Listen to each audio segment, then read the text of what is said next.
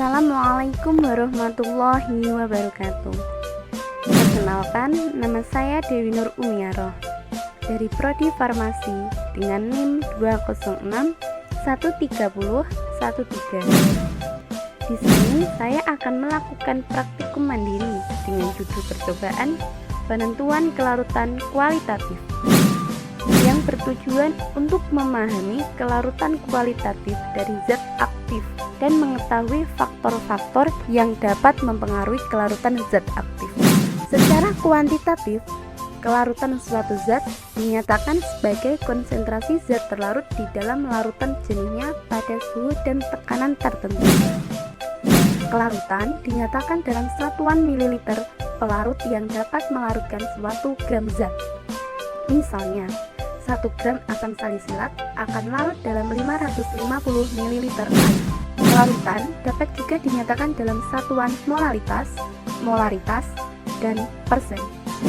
Adapun faktor-faktor yang dapat mempengaruhi kelarutan suatu zat antara lain adalah pH, suhu, jenis pelarut, bentuk dan ukuran partikel zat, konstanta dielektrik bahan pelarut, dan adanya zat-zat lain seperti surfaktan, pembentuk kompleks, yang sejenis, dan lain-lain.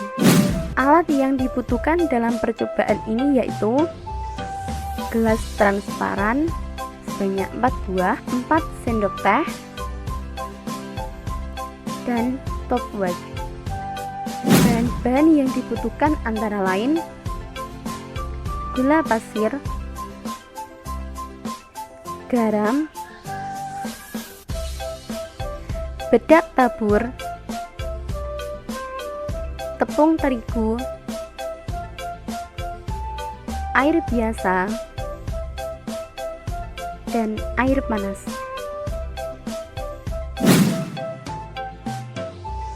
Masukkan air ke dalam masing-masing gelas sampai tingginya setengah gelas. Kemudian, masukkan masing-masing bahan ke dalam gelas yang telah berisi air sebanyak 1 sendok teh.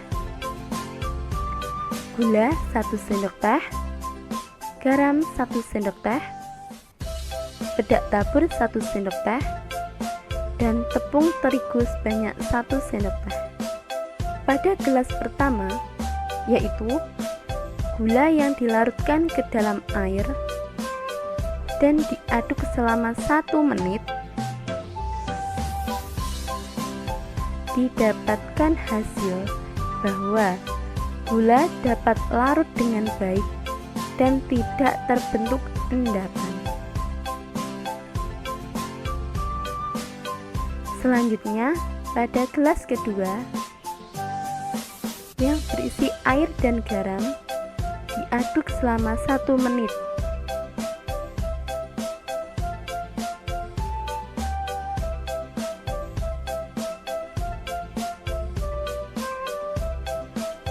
Dan didapatkan hasil bahwa garam dapat larut dengan baik dan tidak terbentuk endapan.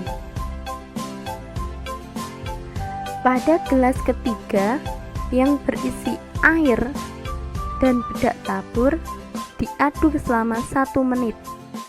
Didapatkan hasil bahwa bedak tabur yang dilarutkan dalam air tidak dapat larut sempurna dan terbentuk endapan serta gelembung-gelembung pada permukaan atas. Selanjutnya, pada gelas terakhir yang berisi tepung dengan air dan diaduk selama 1 menit. Hasilnya juga terbentuk endapan. Percobaan dalam hal ini, kelarutan memiliki prinsip like dissolve like. Senyawa polar hanya akan larut dalam senyawa polar. Senyawa nonpolar akan larut dalam senyawa nonpolar. Sedangkan senyawa polar tidak akan larut dalam senyawa nonpolar. Oleh karena itu, air dengan garam atau air dengan gula memiliki kelarutan yang sempurna karena muatan parsial positif pada air akan berinteraksi dengan muatan negatif pada garam atau gula. Sedangkan pada larutan air dengan bedak atau larutan air dengan tepung tidak terjadi hal tersebut, sehingga pada kedua larutan ini terbentuk endapan.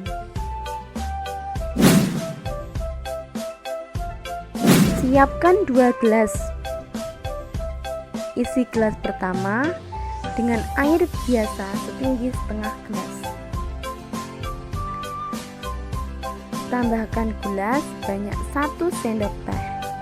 Aduk dan hitung waktu yang dibutuhkan untuk melarutkan gula dengan menggunakan stopwatch.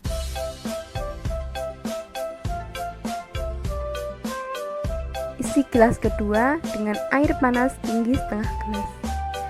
Tambahkan sebanyak 1 sendok teh gula dan aduk. Hitung waktu yang dibutuhkan untuk melarutkan gula dengan menggunakan stopwatch.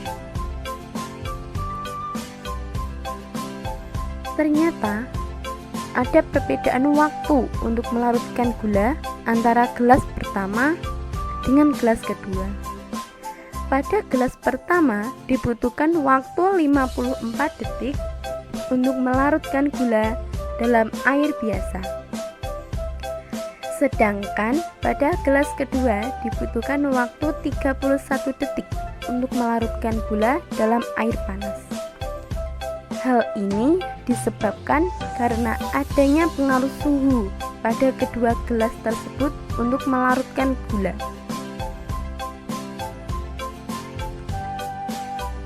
Pemanasan pelarut dapat mempercepat larutnya zat terlarut.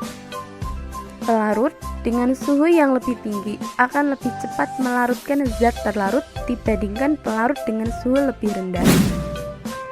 Ketika pemanasan dilakukan, partikel pada suhu tinggi bergerak lebih cepat dibandingkan pada suhu rendah. Akibatnya, kontak antara zat terlarut dengan zat pelarut menjadi lebih efektif. Hal ini menyebabkan zat terlarut menjadi lebih mudah larut pada suhu tinggi. Siapkan 2 gelas. Isi gelas pertama dengan air biasa setinggi setengah gelas. Tambahkan gula sebanyak 1 sendok teh. Aduk dan hitung waktu yang dibutuhkan untuk melarutkan gula tersebut menggunakan stopwatch. Isi gelas kedua dengan air biasa setinggi setengah gelas. Tambahkan sebanyak 1 sendok teh gula dan hitung waktu yang dibutuhkan untuk melarutkan gula menggunakan stopwatch tanpa diaduk. Dari percobaan tersebut didapatkan hasil yang berbeda. Ketika melarutkan gula dengan cara diaduk, gula tersebut lebih mudah larut dan didapatkan waktu yang lebih cepat.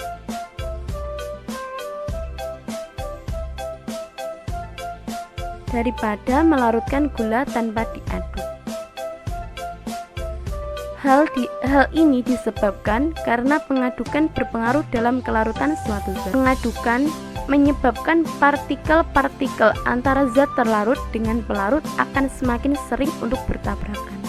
Hal ini menyebabkan proses pelarutan menjadi semakin cepat. Siapkan gelas, isi dengan air setengahnya. Masukkan sesendok garam ke dalam air tersebut. Aduk hingga larut. Masukkan lagi sesendok garam ke dalam air garam tersebut. Aduk hingga semua larut.